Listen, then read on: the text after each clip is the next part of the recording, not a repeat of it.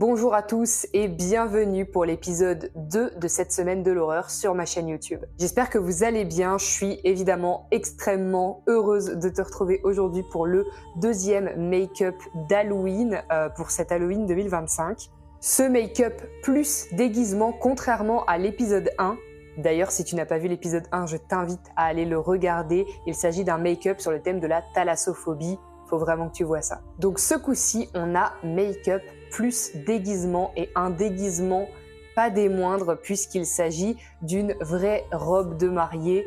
J'en dis pas plus. Celui-ci sera encore plus travaillé que le premier, bien que le premier m'ait pris un ton monstrueux, puisque celui-ci va passer par des étapes. Donc il y aura un déguisement pour agrémenter ça, mais au niveau du visage, je vais vraiment venir faire des fausses plaies en grande quantité. Il va y avoir du coup un effet un petit peu de peau avec du latex, peau creusée, ouverte et sanglante. Mais du coup, pour en arriver là, je vais d'abord passer par la phase mise en beauté. Je vais me faire un full face, un make-up joli, comme si j'allais débouler en soirée ou pour un mariage. Sauf que derrière, je vais venir le déglinguer à coups de sang, à coups de fausses plaies, pour venir vraiment créer cet effet de marié sous malédiction, marié qui s'est fait dégommer la gueule. Et ce qui est très cool avec cette petite présentation, c'est que du coup, ça me permet de te montrer mon make-up et mon déguisement pour ma véritable soirée d'Halloween. C'est comme ça que je serai. Ce genre de vidéo me demande énormément de taf et de temps, donc s'il vous plaît, si vous kiffez le concept, bombardez de pouces vers le haut. N'hésitez pas à me dire dans les commentaires ce que vous faites pour Halloween. J'adore cette fête, j'adorerais lire vos commentaires. Et évidemment, pour ne rien louper de ce qui va sortir sur la chaîne prochainement et pour me soutenir, je t'invite à t'abonner. Donc comme pour le premier épisode, ça va être du gros travail au niveau du make-up. Je vais essayer de faire les étapes vite et bien parce que ça prend déjà des heures. Donc je vais mettre une musique de fond, je ne vais pas parler tout au long de cette vidéo. Et puis, je vais vous laisser avec les images étape par étape. Donc, on va passer du maquillage classique, de la mise en beauté, à la partie qui va tourner au cauchemar, à la partie effrayante où je vais venir travailler avec du coup du latex liquide.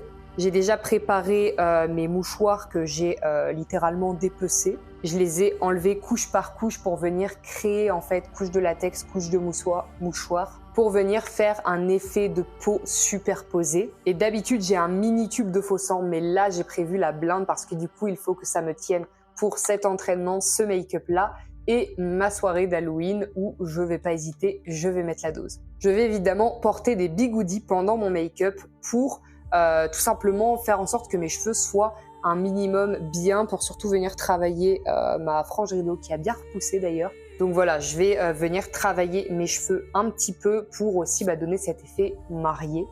J'ai déjà trop hâte de vous partager le résultat, de voir avec vous ce que ça va donner. Je suis trop hype.